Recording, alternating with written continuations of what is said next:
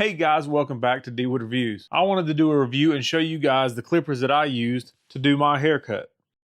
These are the Wahl lithium-ion cordless clippers that I use all the time to cut my own hair. Nobody helps me, I get the back even by myself. If you like videos like this, go ahead and click that subscribe button. It helps me out a lot, but doesn't cost you anything. I've had these clippers for probably about 2 years now and absolutely love them. I've had Wahl clippers for a long time throughout my life, but they're usually corded and kind of cumbersome. The cord gets wrapped up and tangled up and hard to use. When I found these cordless wireless ones, I absolutely had to have them. It comes with a lithium-ion rechargeable battery that lasts for a very long time. I probably charge these once every 4 or 5 months.